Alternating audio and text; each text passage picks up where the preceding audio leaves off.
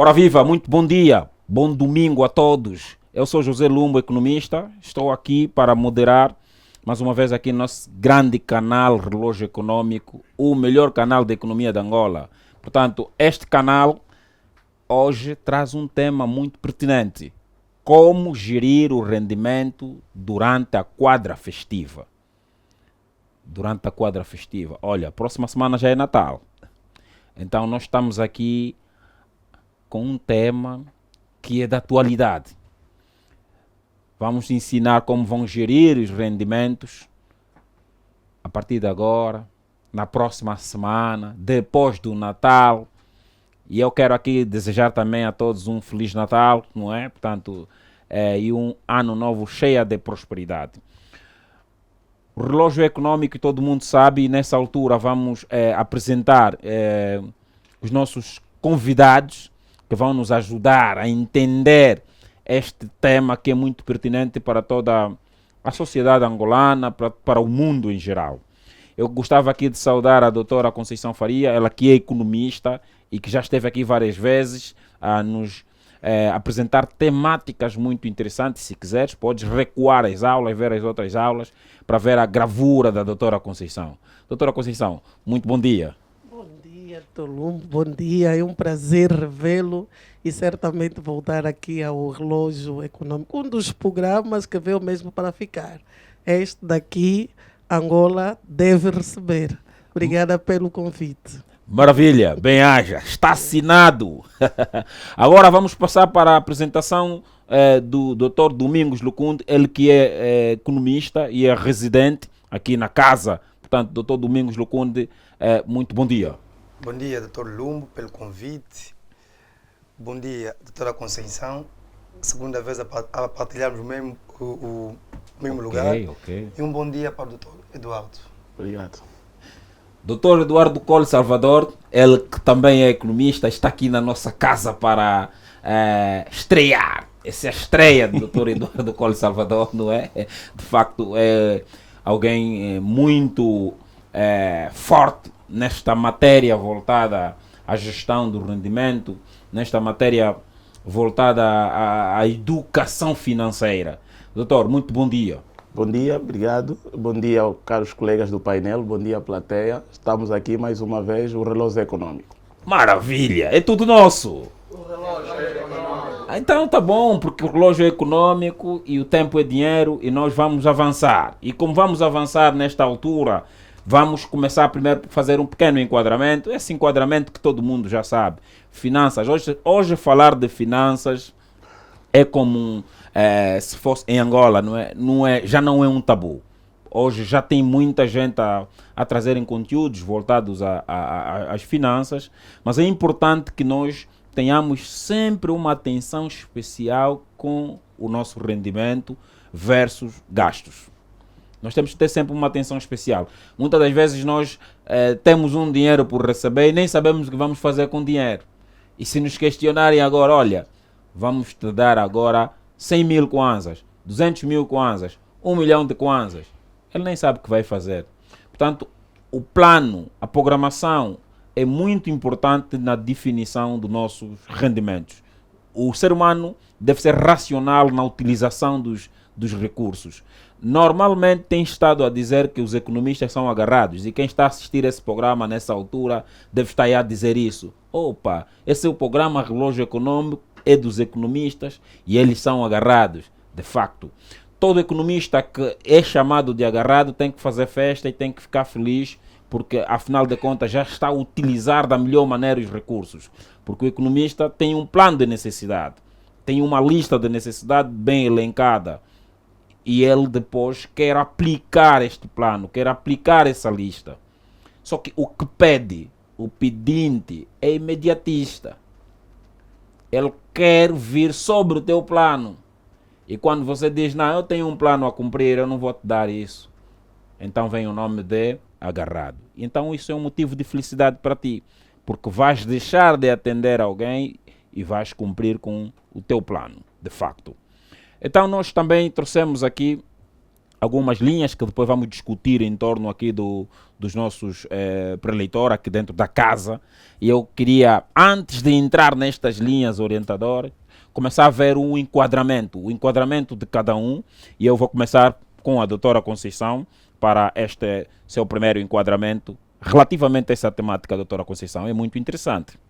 Realmente é muito interessante, doutor Lumbo, mas antes eu vou dar aqui boa tarde extensivo aos meus colegas do painel. Boa tarde. E também a nossa plateia, certamente, boa tarde também extensivo. Nós gostávamos sim de realçar que é uma temática muito importante, porque falar do rendimento propriamente das famílias é chamar aqui a atenção à racionalidade que bem falava já o doutor Lumbo. Aqui há toda a necessidade de perceber, se ganhamos dinheiro como família, há necessidade de perceber como então alocar este dinheiro. E ele não precisa ser alocado na medida que já temos. Na medida que vamos ter a perspectiva de ter esse dinheiro, nós já temos que pensar como fazer a distribuição do mesmo e colocar aí a palavra de ordem que é a eficiência. Porque muitas vezes nós é que damos cabo de, como consumidores ainda, damos cabo de um todo rendimento, porque não distribuímos ele de forma eficiente. Então é um princípio da educação financeira que nunca sai de moda. Todo mundo que ganha alguma renda, algum rendimento, ou oferece um rendimento disponível, precisa perceber como vai usá-la de maneira, primeiro, satisfazer as suas necessidades, mas de forma assertiva. E isso vai implicar tomar decisões também sobre o rendimento. Então é uma temática certamente muito, muito importante e que, mesmo quem não estuda a especialidade que aqui estamos a falar, somos todos economistas, deve atentar para esse princípio, buscando uma consultoria lá no final. Vamos, se calhar, deixar essa dica um pouco mais aberta, sim. Para poder perceber o que ganha, identificar e depois como é que faz, então, a alocação do que ganha para satisfazer necessidade e, no final de tudo, perceber outras perspectivas de vida. Maravilha, maravilha. Eu tenho a plena certeza que quem nos acompanha, assim que terminar este vídeo, assim que terminar esta aula, já não será a mesma pessoa. Porque nós vamos trazer aqui várias ideias que vão nos ajudar a melhorar as nossas finanças e a cautelar, de facto, os gastos para que a gente tenha uma quadra festiva tranquila.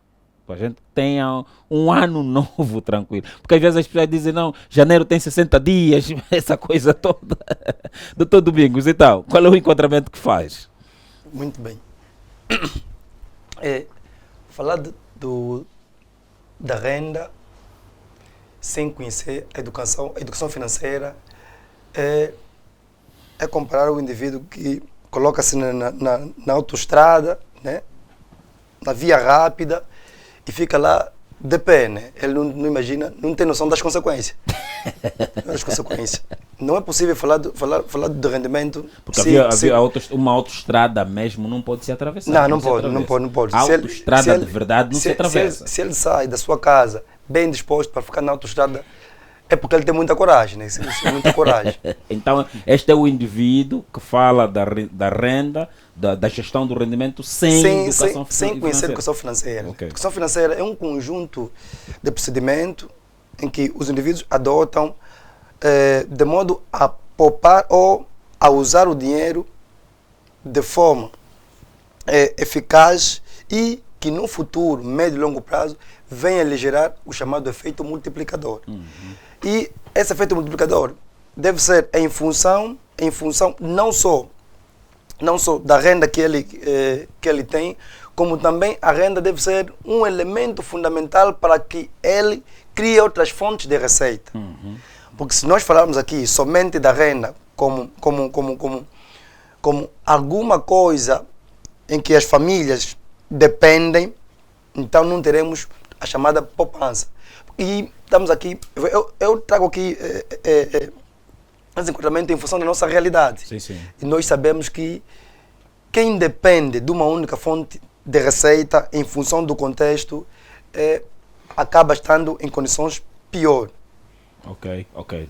Maravilha, maravilha. Vamos então passar para o Dr. Eduardo Cole, Salvador, para então também fazer este primeiro enquadramento. Ok, obrigado. Bom, para um melhor enquadramento à nossa abordagem, eu começo inicialmente por olhar os conceitos ou aqueles termos que efetivamente vão alinhar o tema. Quando se fala de gestão ou gerir, pressupõe necessariamente coordenar, resistir aquilo que se pretende. Não se deve alinhar ou resistir aquilo se antes termos uma definição prévia do que é que realmente queremos. Então, quando se fala de rendimento das famílias, pensa-se necessariamente no quadro de necessidade que essas famílias têm. Apesar da necessidade ser um nível de insatisfação ou até mesmo de realizações em que as famílias constituem e é transformada como um momento de prazer ou dor ou até mesmo de insatisfação, daí resulta então as famílias poderem olhar essas necessidades dentro de uma linha de gestão, porque disse que as necessidades são múltiplas, mas os rendimentos são limitados. E nessa perspectiva há toda uma necessidade das famílias nessa altura, em função do comportamento, da função ilusória da quadra festiva, há toda uma necessidade de realinhar efetivamente o que é que querem e naquilo que querem o que é primário, o que é secundário, o que é terciário, olhando aquilo que é a pirâmide das necessidades. Ok, ok. Maravilha. Vamos então bater uma salva de palmas para esta primeira ronda. Ok, já está a começar a aquecer. Não é possível, de facto, falar assim como esses especialistas todos, sem a gente olhar pela literacia financeira. Isso é fundamental. A questão da literacia financeira deve estar, de facto, associada a essa questão de como gerir o rendimento, doutora Conceição. Exatamente. Literacia financeira, nós costumamos já dizer, é uma ferramenta indispensável. Educação financeira transforma.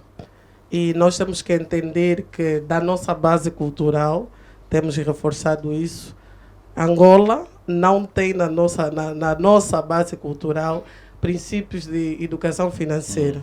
Todos nós que aprendemos educação financeira, aprendemos dos nossos pais, e nossos pais aprenderam da forma que conseguiram aprender. Guarde dinheiro, faça uma casa, constrói várias casas para tirar rendimento. Ou seja, acumularam renda ativa e passiva da forma mais tradicional possível. Sim. E eles conseguiram passar isso para nós da forma deles. Mas hoje em dia, com o desenvolvimento tecnológico, a literacia financeira já não é um problema, é uma ferramenta que todo jovem, toda a família deve procurar buscar, aprender de forma facilitada. Então aqui nós chamamos esse princípio que, atendendo à nossa cultura, é um princípio que todos nós devemos ir buscar obrigatoriamente.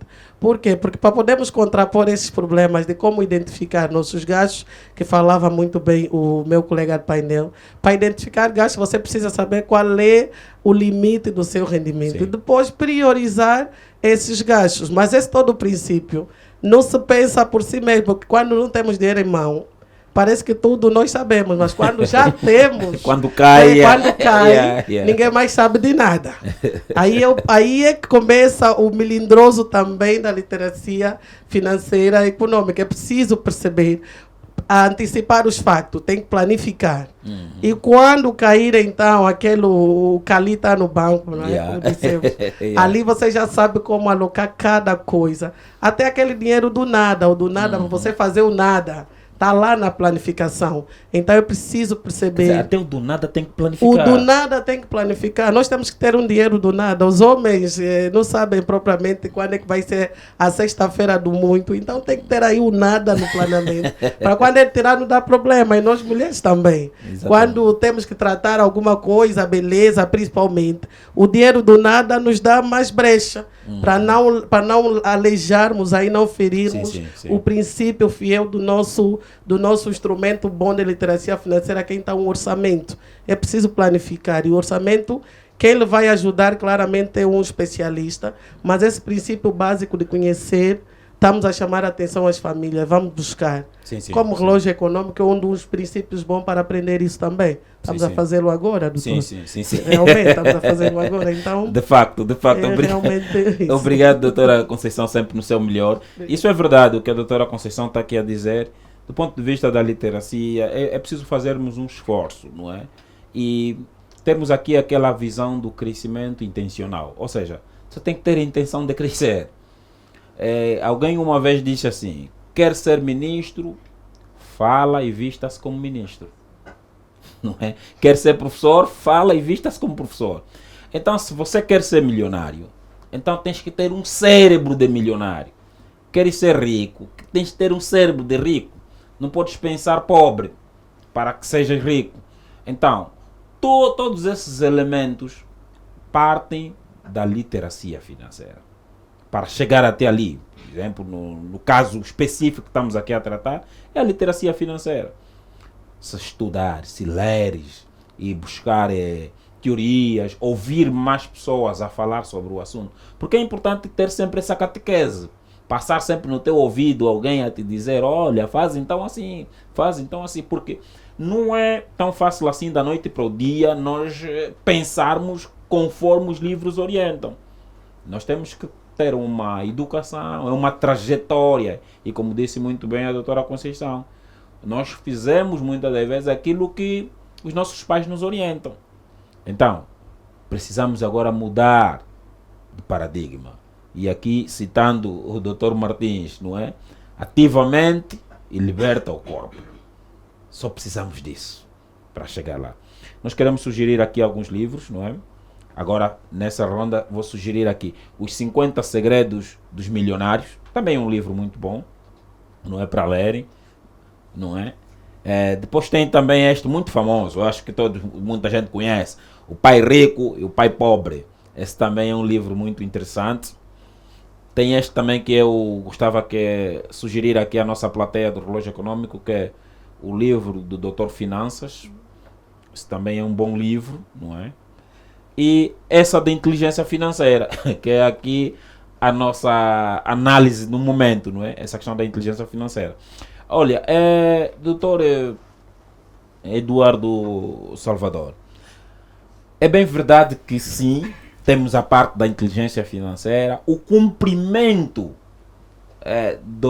da execução do rendimento do consumidor deve ser associado a uma lista de necessidades que vem para fazer o orçamento do consumidor. Como as famílias lá em casa podem perceber o processo de construção desta lista? Bom, a teoria econômica tem apresentado que, por uma definição mais clara daquilo que se ganha em função da necessidade, é medirmos o peso daquilo que ganhamos em detrimento daquilo que são as nossas necessidades.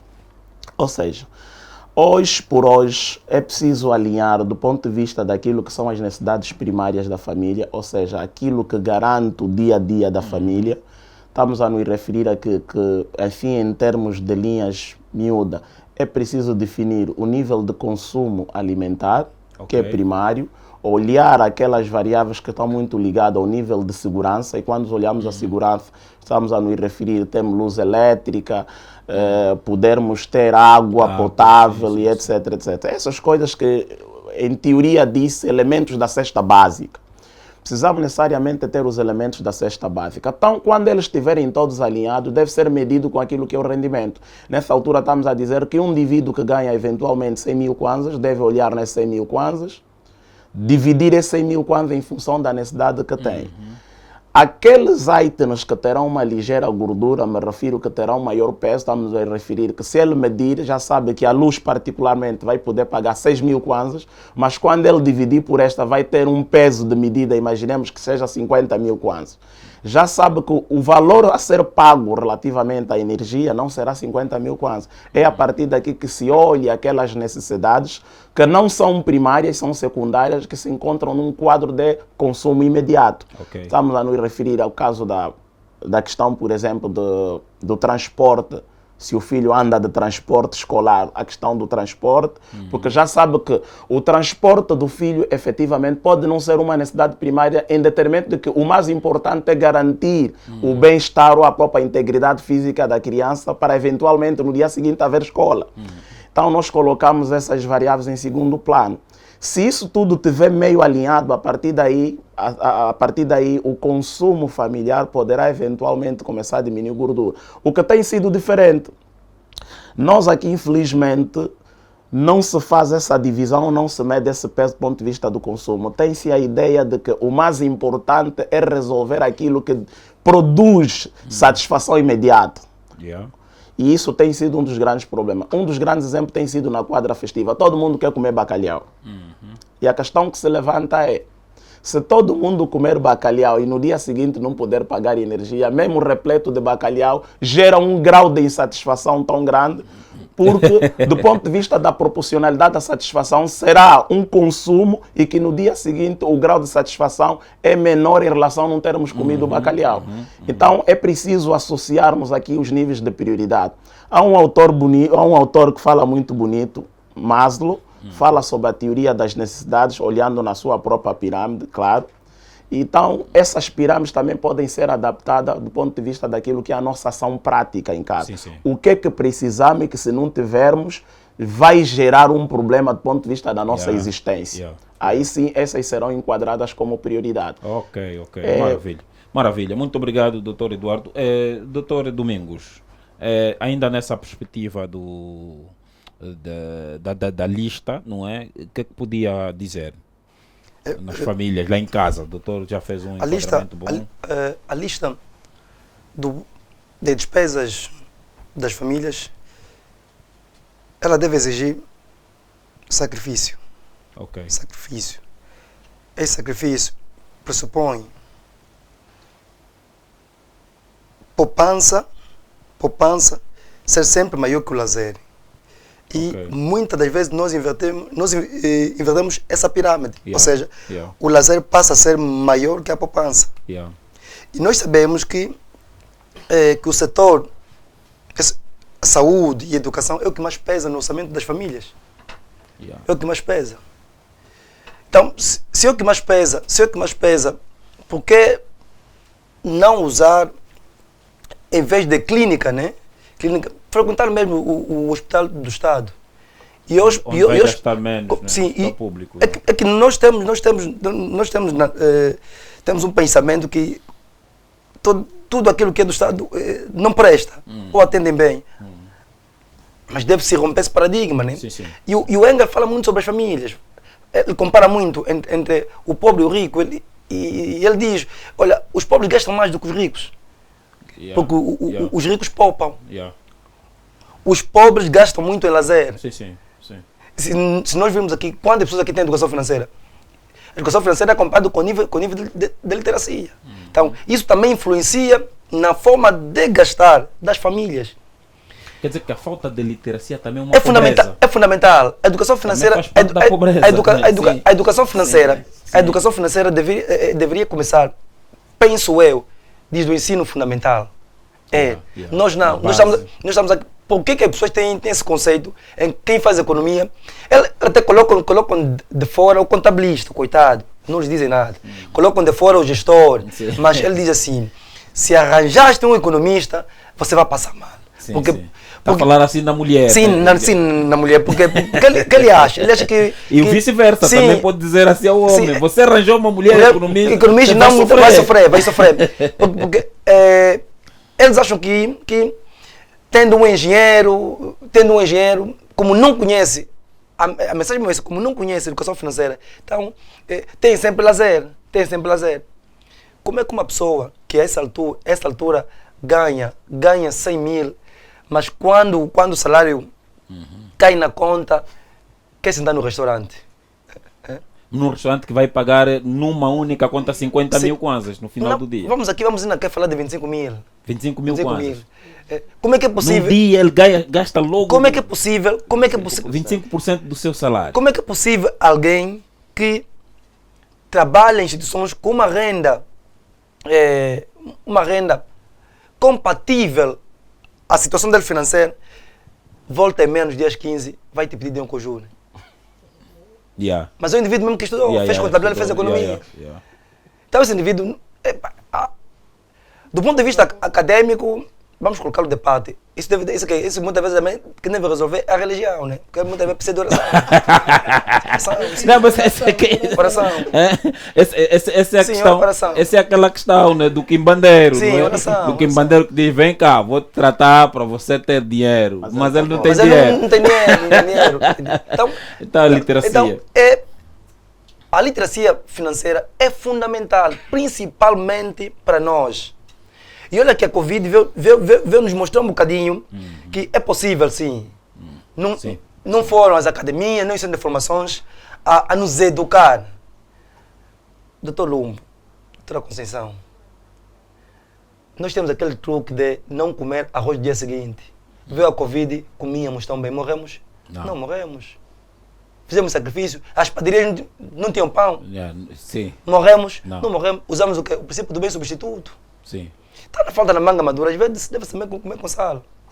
É um princípio da dor. Da dor, sim. Da dor, sim. Por isso é que eu tenho dificuldade de lidar com a minha esposa em casa, né? Mas como assim, doutor? Como é que explica Como é que explicas isso, doutor? Epa, eu não gasto nada. Não gasto nada sem abrir a folha. Eu tenho... Eu consegui a casa em 2017, mas nós estamos um projeto de 5 a 10 anos. Tudo que nós temos em casa é olhar pelas prioridades. Exatamente. Há necessidade de fazer uma formação, sim. Vamos parar com o reboque da casa. Vamos fazer a Porque formação. depois da formação terá um efeito multiplicador no quê? No bolso. Exatamente. E vai aumentar o nosso lazer. Yeah. E vai rebocar e pintar. Excluímos o lazer esse Com ano. retorno. Em casa não tem lazer. Porque alocamos o dinheiro onde? Em formação. Yeah. Em capacitação. É isso que tem que se fazer. É fundamental que a educação financeira, que não tenhamos só no ensino superior. Yeah. Que Desde a base. Desde a mesmo. base. Sim. da base, porque nós, quase todos nós aqui precisamos ver como é que o país sofre nessa véspera, ver como é que o mercado enche, ver como o mercado enche. Há necessidade de comprar uma árvore de 50 mil, não.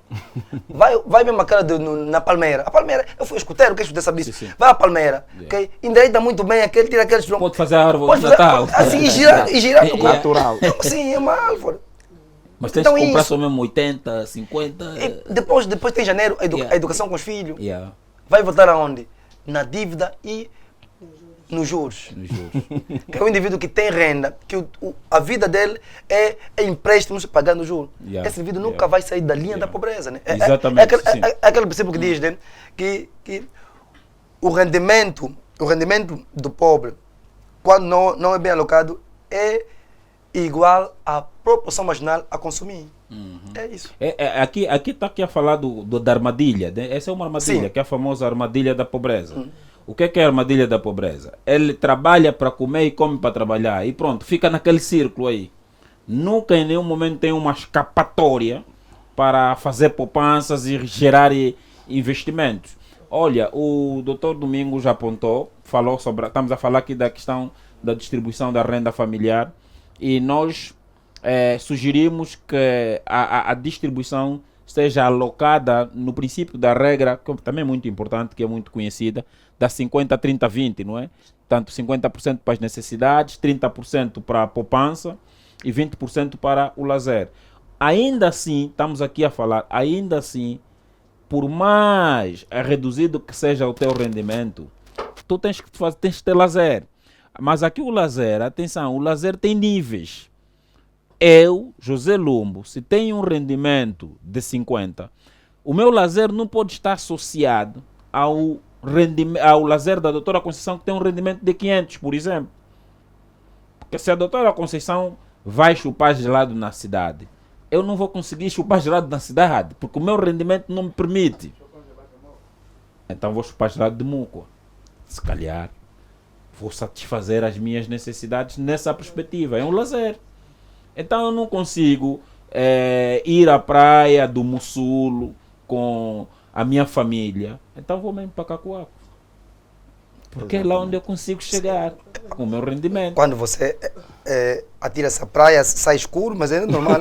É normal. O importante é que eu atingi meu nível de De satisfação. satisfação. Estás a ver? Se eu vou mergulhar lá com lixo ou não, Lixo mas ou não. atingi o meu nível de satisfação. Atingir o nível de satisfação, não é? É essa história dos gigantes, Dos né? gigantes, sim, Eu sim. acho que as redes sociais estão aí a disseminar um vídeo bom, que os amigos saem, depois leiloam os TPAs, os cartões. Yeah. O que for então sorteado paga a conta toda. Yeah. Isso em literacia financeira é brincadeira dos gigantes. Você não é gigante, tem que escolher bem o teu ciclo. Porque para você não parecer o pobre do grupo que não paga conta, tem que saber você mesmo ser disciplinado. Até onde é que eu consigo pagar? Meu orçamento, que está lá bem guardado, a folha, que o doutor Domingo falava bem, lá em casa também tem. E gostamos disso porque nos ajuda a não gastar à toa. E os filhos também já começam a crescer disciplinados com o orçamento lá na folha. Ali todos entendem que o lazer é tido de forma planificada. E quando assim acontece, cada um vai ter que leiloar no princípio do mês, do ano, alguma despesa indispensável. E nós vamos ter que enquadrar no orçamento deste mês. Se não disse nada, não aparece pedindo. E as famílias também, quando tem economista na família, já sabem. Se não for óbito, quem casou começa a aguentar as despesas dele. Ninguém pode casar confiando no orçamento do primo Lumo, da prima Conceição. Não é bom, não é ético financeiramente. Então são esses princípios que nós também gostaríamos de passar aqui para os nossos telespectadores. Exatamente. Não brinquem como gigantes quando você ainda é anão, não é? Primeiro vai buscar renda adversa, ou seja, uma outra fonte de receita, já adicionado aqui o princípio da poupança. Busca sempre uma outra fonte de receita, porque também vai lhe ajudar a desafogar. E a nossa realidade angolana, uma fonte só de receita é morrer. Você tem competência, vê se você pega isso, dinamiza elas, aperfeiçoa e ganha dinheiro com as suas competências. Aquilo que estamos a fazer é o uso de competência. O doutor José Lumbo usou competências para chegar até aqui onde estamos agora. Ele podia estar só no escritório ganhando salário. Então isso daqui pode ir muito longe. Nós todos criamos das nossas competências outras fontes de receita e chegamos lá para ajudar aí na regra 50, 30, 20 e crescer o rendimento. Então é só também mais uma daquelas dicas dispersas, não é? Maravilha. Doutor, queria só aqui olhar doutora para a Conceição regra. sempre do seu melhor. Vamos embora, doutor. Bom, relativamente àquilo que disse a doutora Conceição, a minha questão está muito associada ao cumprimento dessa regra. O cumprimento dessa regra está muito associado à responsabilidade individual e, acima de tudo, os objetivos na vida. Independentemente de termos definido as nossas necessidades, se não tivermos também pré-definido os nossos objetivos, quer do curto, médio e longo prazo, mesmo que até se faça a poupança, depois cria-se uma função ilusória de que temos dinheiro, mas não sabemos o que fazer com o dinheiro. Então, a minha questão está muito preso pelo seguinte: independentemente daquilo que se ganhe, se criar a regra 50, 30, 20, isso pressupõe necessariamente que estamos a fazer uma construção daquilo que é a nossa renda e o que do ponto de vista de curto e médio e longo prazo, como é que será destinado o próprio rendimento. Há aquelas questões, por exemplo, do indivíduo que diz: eu só ganho 50 mil kwanza. Ok, você ganha 50 mil kwanza, se tirarmos 20% de 50 mil kwanza e transformarmos em lazer, imaginemos que hipoteticamente seja 5 mil kwanza. Estamos a dizer que, do ponto de vista do teu poder de compra, o serviço que vais procurar para lazer deve ser exatamente com esses 5 mil kwanza. Aqui a questão não se trata da qualidade, aqui a questão trata-se do poder de compra em função da renda que se tem. Porque a questão da qualidade também deve estar associada ao rendimento. Eu, apesar de ter um lazer de 5 mil kwanza, mas eu também posso primar pela qualidade. Em vez de beber cerveja, vou tomar sumo natural. Estou a gerar qualidade na vida, estou a gerar qualidade naquilo que é o meu lazer. Então aqui é preciso ter esse cuidado, porque hoje, quando se fala de lazer na nossa economia, tem-se a percepção de que é viajar de avião, é fazer as estradas, é ir ver a Tunda Vala, etc, etc. Isso também tem nível. Então é muito nessa perspectiva. É verdade, sim. Mesmo a questão da poupança também é importante que eu tenha um objetivo. Para fazer poupança tem que ter um objetivo. Não é só poupar. Eu tenho que dizer, estou a fazer poupança para fazer o quê? Para comprar uma motorizada, para pôr no táxi, por exemplo. Estou a fazer poupança para comprar muco, para fazer gelados, que eu vou revender depois, ou que eu vou vender para montar um negócio, para comprar trigo, para fazer bolinhos. Tens que ter um propósito da poupança, não é... Porque o objetivo é gerar qualidade do sacrifício que se faz hoje. Exatamente, para no futuro estar melhor. Maravilha. Tudo nosso. O relógio é. Uma salva de palmas para esta ronda, pá. Agora passamos então para a nossa magna plateia, que eu sei que tem muitas questões ali. Fiquem à vontade. Vão fazer aqui as questões. Aproveitem a doutora Conceição. Aproveitem o doutor Eduardo Cole Salvador. Aproveitem o doutor Domingos Lucunde para nos tirar aqui as dúvidas. Bom dia a todos. Eu consegui perceber a abordagem dos doutores e tive uma percepção diferente em função de alguma abordagem concernente o nosso doutor aí, não de terno azul escuro. Doutor Domingos. Sim, doutor Domingos. Quando ele esteve a dizer sobre ir à praia, mesmo que você se deitar na praia e sai sujo. Agora eu queria pôr uma questão, a questão saúde. Se deitares, depois vem a questão saúde, onde você vai ser necessariamente depositar um custo financeiro para poder salvaguardar as consequências daquilo. Sim, a tua saúde. É nessa vertente. Ok. Agora, eu queria também fazer uma pergunta no geral a todos. Eu costumo a perceber no meu dia a dia, vejo famílias que sacrificam-se muito em ter uma educação financeira, mas sacrificam algumas necessidades, por exemplo, a necessidade principal, que são as biológicas. Ele olha para, por exemplo, ele nas refeições diárias, ele pode eliminar algumas e implementar só 2 refeições diárias. E se calhar os seus filhos não aguentam e a alimentação que ele traz para os seus filhos não é adequada e durante um mês você consegue perceber que os filhos constantemente passam mal de saúde. Agora, queria perceber nessas circunstâncias como enquadrar esse indivíduo na gestão, na educação financeira. Obrigado. Okay, tá bom, muito obrigado. Passamos agora para o outro nosso ouvinte em sala. Bom dia a todos. Por favor, o nome e a questão. José Encau. Eu tenho aqui, não é bem uma questão, mas um contributo. Quando o Dr. Domingos falava do sacrifício que tem feito e das complicações que tem em casa com a sua esposa, eu queria aqui recordar a todos e aos convidados que o orçamento acarreta por si só determinados princípios. E um dos princípios é a não consignação. A não consignação nos lembra que, em detrimento da situação, não devemos executar uma despesa, seja ela qual for, que não esteja planificada. Ou seja, que não esteja na folha nem do Dr. Domingos, nem na folha da doutora Conceição. Exato. E a outra é a periodicidade. A periodicidade é uma característica muito fundamental a nível do orçamento.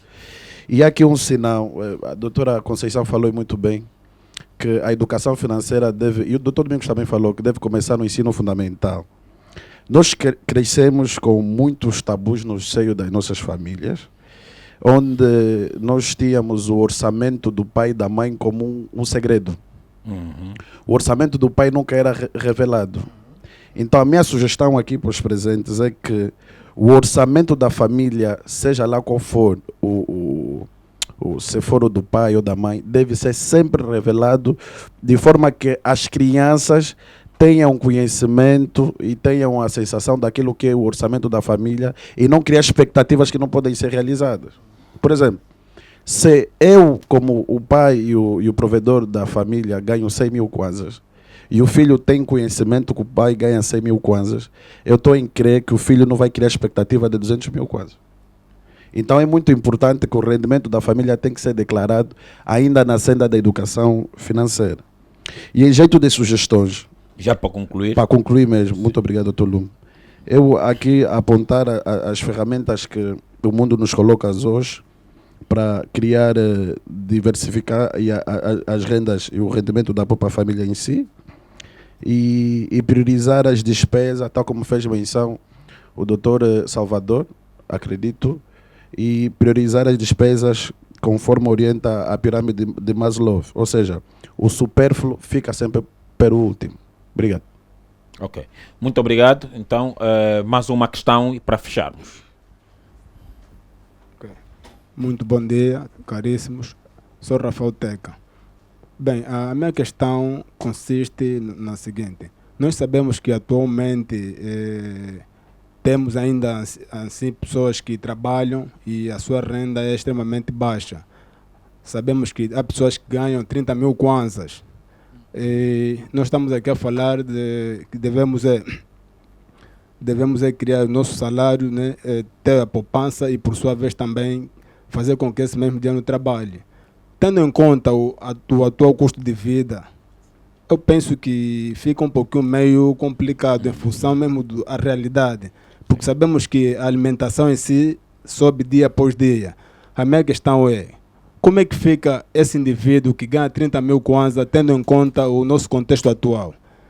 E só para crescer também, falou-se e muito bem que a literacia financeira poderemos ter desde o berço, nas famílias. Eu acho isso extremamente importante. Queria também aproveitar e partilhar. Recentemente tivemos uma reunião familiar em que temos um irmão, né, que está prestes a casar. Ele nem sequer trabalha, pôs embora faz os seus business, né? E há uma tia que colocou-se uma proposta, né, ajudarmos o indivíduo com alguns valores para a carta de pedido e também, por sua vez, o próprio casamento. Eu, sinceramente, eu acho isso absurdo, Sim. mas tendo em conta que estamos aí, é uma reunião familiar, você, se opinares, é mal visto, né? Então, eu sinceramente não concordo, mas estou ali praticamente se esforçado a concordar. Então, eu acho que a educação financeira, se tivéssemos desde o berço, acredito que as famílias poderiam ter uma Sim. outra visão. É tudo, muito obrigado. Muito obrigado. Eu agora acho que ele depois vai ver já a nossa aula e vai perceber que você não concorda mesmo. Mas é um bom posicionamento, não é? É um bom posicionamento que o jovem teve, na verdade, em termos de abordagem. Também tem uma certa cautela, né, junto da família. Existem certos discursos que nós temos que medir antes de falarmos. Depois vai vir aquele conceito, esse é ele que estudou, ele é que está na faculdade, por isso está a falar assim. Mas tem que usar a forma mais inteligente para chegar até ali, não é? Antes de passar aqui para as respostas, já que é a parte final, eu queria dizer que, do ponto de vista da montagem de um pequeno negócio, nós trouxemos aqui alguns pontos orientadores, como, por exemplo, a meta, ou seja, saber sempre o que queres antes de montar um negócio. Quero vender gelado, então tem que desenhar isso, vou vender gelado, ser determinante. Depois, ficar atento nas oportunidades que o mercado lhe oferece. Tem que ficar sempre atento nas oportunidades que o mercado lhe oferece. E foi aqui o que a doutora Conceição disse, né? José Lumbo cria aqui o seu o canal, não é? No YouTube, porque ficou atento nas oportunidades, percebeu que o mercado angolano tem essa dificuldade, então criou. Depois, conhecer o mercado antes de arriscar no negócio. Tem de conhecer sempre o mercado. Não vai lá já, vou fazer isso, como o outro está a fazer, está a dar certo. Não, tens que ter o espírito de conhecimento do mercado, identificar a ineficiência de um produto e fazer algo melhor, não é? E mais barato, se possível. Depois, procurar sempre um especialista, conforme a doutora Conceição e o doutor Eduardo e o doutor Domingos disseram, tem que procurar sempre um especialista, porque certos negócios que funcionam sem um pendor científico é mesmo porque há intervenção de Deus. E lá em casa, também precisamos distribuir tarefas. Isso é algo que em tempos eu falei até numa das televisões e isso foi polêmico. Todo mundo tem que trabalhar lá em casa. Aqueles que vão trabalhar e trazem um rendimento, aqueles também que não trabalham, que ficam lá em casa só, Produzir. tem de fazer alguma coisa. Por exemplo, ele já é maior, já tem 10 anos. Você, o teu trabalho é apagar as lâmpadas, porque o sistema é pré-pago. Porque se a lâmpada ficar acesa num momento inadequado, o papá, a mamã vai pagar mais. Teu trabalho é desligar as torneiras. Ou seja, os filhos têm que crescer com uma certa formatação já de trabalho, um espírito de trabalho, de contribuição dentro de casa. Eu tenho um filho de 3 anos e sempre que eu chego a casa de noite, é trabalho dele tirar os sapatos do papá. É missão dele. Ele tem de tirar o sapato do papá.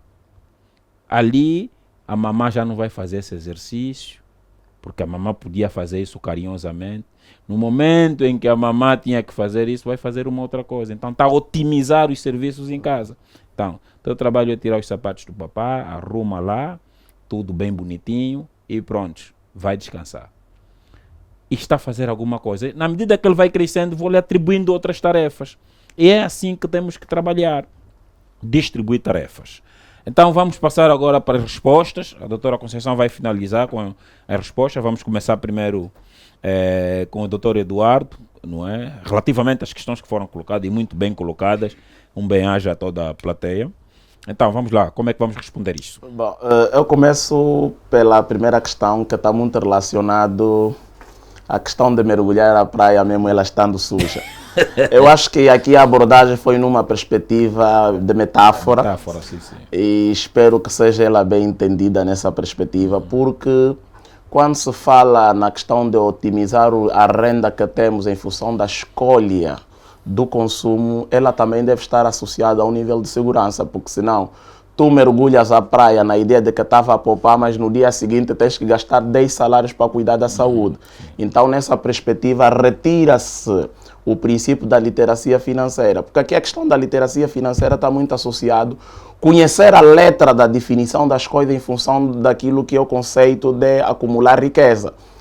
Então, não se deve acumular riqueza sem conhecer o princípio da letra ou da escrita. Então, deve-se olhar a escrita, que são as regras de como produzir riqueza, mas é preciso que ela seja feita dentro de um quadro mais equilibrado.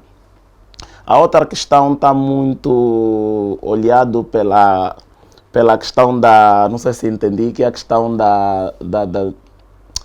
de olhar para as famílias e não poderem ter capacidade de fazerem poupança. Bom, a teoria e a ciência macroeconômica mostra que a renda deve estar sempre proporcional ao consumo. Isso pressupõe, apesar do consumo ser sempre maior, mas sempre que tivermos que olhar para o consumo é porque estamos a partir de uma renda. É verdade que há famílias que têm renda muito baixa, mas quando se fala propriamente de rendimento numa economia de mercado, estamos a olhar propriamente o preço da cesta básica. É nessa perspectiva. Por isso é que se fala muito da melhoria do salário mínimo nacional. É verdade que olhar para essas famílias, mesmo com qualquer tipo de espírito científico que se pode encontrar, a este tipo de família não se pode falar de poupança, porque está claro que a própria renda nem está ao nível de equilíbrio, ou está abaixo daquilo que é o equilíbrio mínimo para se consumir. Então não se deve olhar a essas famílias que têm rendimentos até do ponto de vista fora da qualidade mínima para se experimentar ciência. Okay. Aqui, a princípio, deve-se dizer que são já problemas eu sou muito, às vezes, rigoroso, são problemas de segurança nacional. Deve-se olhar o rendimento das pessoas como a garantia da continuidade do próprio Estado, porque se as pessoas morrem hoje, morrem amanhã, o próprio Estado também desaparece. Sim. Então, a questão do rendimento mínimo nacional é uma medida de segurança nacional, de modo a garantir a própria continuidade do Estado. Sim, está aqui a intervenção, né? O Estado a intervir para ajustes da renda do salário mínimo, essa coisa toda, isso é de facto fundamental, mas ainda assim não tira o direito da pessoa a ter o espírito do pensamento aqui, na mente, de crescimento, de não querer ficar estagnado aí, porque existem pessoas que têm um rendimento de 50, de 30, e não tem uma equação na sua mente de que um dia pretendo sair daí. Ele fica preso ali. Então, é aqueles casos aí, aparece-lhe uma oportunidade. Não tens agora aqui, não sabe não tem o que fazer. Qualidade para tal. Ele é segurança, no seu tempo ali pode frequentar um centro profissional público. Sim. e que amanhã troque de emprego, Sim. logo vai melhorar a renda em função do baixo nível de renda que tinha. Sim. Só que para nós aqui a ideia é eu sou segurança, é com esse chefe que tenho que guerrilhar, é o sindicato que tem que estar atrás do chefe, quando na verdade eu, do ponto de vista da pirâmide nacional, eu posso melhorar a minha renda por uma melhor qualificação profissional. E é o sacrifício que ele o vai fazer, sacrifício. porque ele é segurança. No momento de folga, se ele dizer, não, vou fazer serviço de táxi, de mototáxi, no momento de folga, é um sacrifício que ele está a fazer para no futuro ter um determinado benefício. Doutor Domingos. Só para crescer aqui o que o doutor disse, a educação financeira ela está ligada com o nível de instrução. E os livros dizem isso. O número de filhos de uma família define o grau de educação financeira. Quanto mais nasce, mais pobres torna. Um indivíduo letrado tem o maior cuidado em fazer filho. Porque sabe que filho na polis é custo. Então isso também, por isso que não basta só dizermos aqui que educação financeira, o indivíduo sem instrução, por mais que ele que ganhe 100, 300 mil, O agregado familiar. não terá poupança. Porque ele acha que quando ele aumenta o salário tem que ter filho. Yeah. Tem que ter filho. Yeah. Por isso é que dizem que quem estuda muito não tem muitos filhos. Yeah. É o nível de instrução. Deve estar acompanhado. Por isso, nós aqui estamos sempre a dizer que é fundamental que esse princípio não comece só para o ensino superior, desde a base. Sim, sim. Porque isso vai fazer com que o indivíduo poupe ainda mais. Porque os filhos gastam. Aqui na polis, na cidade, gasta-se. Isso é aquele princípio que no interior, quanto mais for o número de filhos, maior é a riqueza da família. Aqui não. Os Não é assim, aqui não. modelos de família largada. Sim. De facto, essa parte volta novamente na questão do capital humano, volta na questão da instrução e volta no princípio da base. Começarmos na base a preparar já essa estrutura. Por exemplo, uma das realidades muito próximas da Angola, de um povo próximo da Angola, é a realidade congolesa. Sim. O congolês já vem a instruir O filho. desde a base. Na escola ele já tem práticas de comércio desde a base. E há pessoas que têm contato só com essas questões de poupança, educação financeira, às vezes na faculdade. Às vezes termina a faculdade de licenciado, nunca ouviu falar nada disso. E depois, também já vem incutir o congolês sobre, desde a base, a retirada desse capítulo vergonha. O congolês não tem vergonha, porque isso é uma educação. A vergonha também faz parte da educação. Questões culturais. Porque do ponto de vista cultural, se você for uma pessoa com vergonha de fazer as coisas, você não consegue depois alcançar outros patamares. Você vê o congolês, ele coloca o microfone dele ali, bateria estragada, AC estragado, máquina de lavar, estou a arranjar, bateria estou a comprar. Mas você está vendo, mas esse indivíduo não tem vergonha de fazer isso. Sujo de manhã. Ele viu aí uma oportunidade de negócio. para fazer a sua vida. Tá sabendo? Então nós, muitas das vezes, temos isso. Temos esse princípio, não é, doutora Conceição? Para terminar. Realmente é um princípio. E angolano é um pouco vaidoso, deve deslocar-se um pouco daí. Porque angolano, para se sujar e à noite cheirar perfume, para tomar essa decisão é muito difícil. Já o congolês faz isso na boa, ele fica sujo o dia todo, à noite está bem limpinho, bem perfumado, com o dinheiro que ele já conseguiu de manhã. Yeah. Então, ele não vive da aparência, e nós temos também que ver esse princípio da vergonha muito ligado à aparência. Mas gostávamos de focar ali também, já na quadra festiva, que falou o doutor Lume muito bem. Queríamos pedir às famílias que não padronizassem demais o vosso Natal. Rendimento está escasso, então aquele padrão do bacalhau, da mesa verde, da árvore enorme, evitem, tentem substituir outras dinâmicas de Natal, desde que seja o essencial com família, e vão racionalizando. Se não tem despesa para bastar aí a mesa, optam em estar junto e despadronizem um pouco aí as trocas de presente, que são muito onerosas, e tentem ficar mais juntos. Optem mais pelo sentimento. Sim, sim. Quando o rendimento não está a dar muito, amem-se mais. E o Natal também tem esse princípio do amor. Amem-se mais e gastem menos. Então também gostávamos de passar aqui mais uma diretriz, dizendo que educação financeira é comportamento. Então, por favor, vamos optar em hábitos e costumes para adotar, então, novas práticas. Quem não tem hábitos e costumes de gastar e consumir, não conseguirá atingir também a pirâmide de educação financeira. Então, o comportamento que a microeconomia chama aqui, por isso é que não tem o princípio de poupança em microeconomia, estudamos o consumidor na ótica de como ele se comporta. Então, é o comportamento que vamos mais uma vez chamar aqui a atenção. Não temos rendimento, a família está abaixo daquilo que é o rendimento que dá para poupar, mas pode optar por hábitos e costumes a consumir que vão lhe ajudar certamente a ter uma vida mais próspera. Então, a dica que nós deixamos para as famílias angolanas é exatamente isso. Quer ser educado financeiramente, opta em mudar também hábitos e consumos, que vai chegar longe. E o nosso jovem aí que não teve a amabilidade de falar junto da família. Exatamente. Eu estava a falar aqui devagar com o Dr. Lumba, a questão cultural pesa muito. O nosso jovem, se falasse em alto e bom tom que eu não vou contribuir, sofreria assim alguma represália da família. Então, mas é um princípio. Eu já disse à minha família, estou em cadeia televisiva, não é?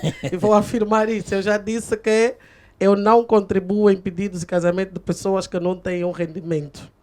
Ou seja, você não trabalha, não pode casar. Do casamento, Thomas Malte diz, da forma preventiva. Exatamente. Casamento, Thomas Malte é um grande economista, dizia, o casamento tem duas formas, aqui a preventiva.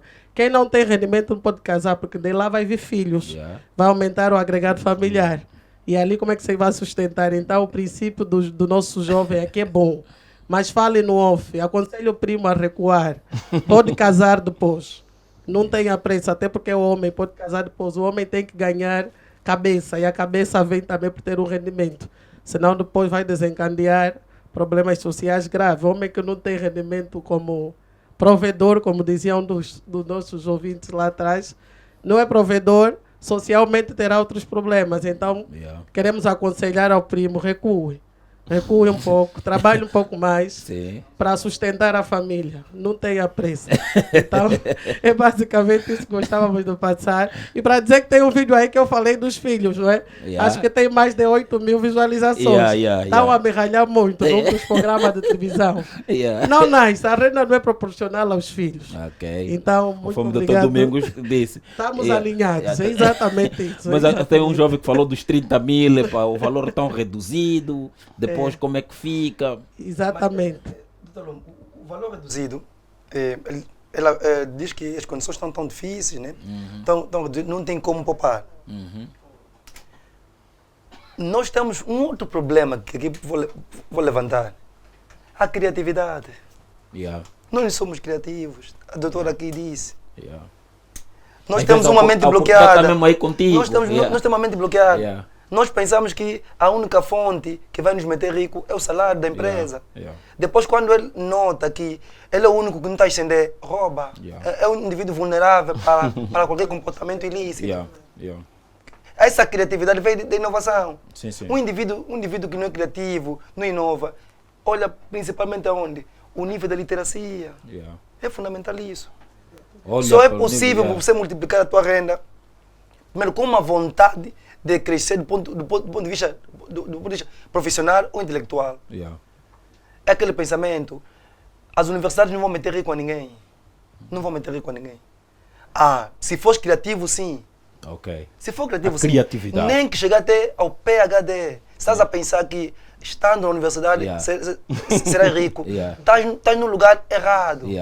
Errado. Eles não. Dr. Lumbo é um dos exemplos. Ao nível que tens, olhando pelos professores, uns começam a pensar, mas como é que esse miúdo tem essa visão? Mas eu também, eu que até que lhe dei aula. Aí tá. Sim, ele soube aproveitar e soube usar bem. Nosso problema é usar bem. Vê como é que os brasileiros se comportam.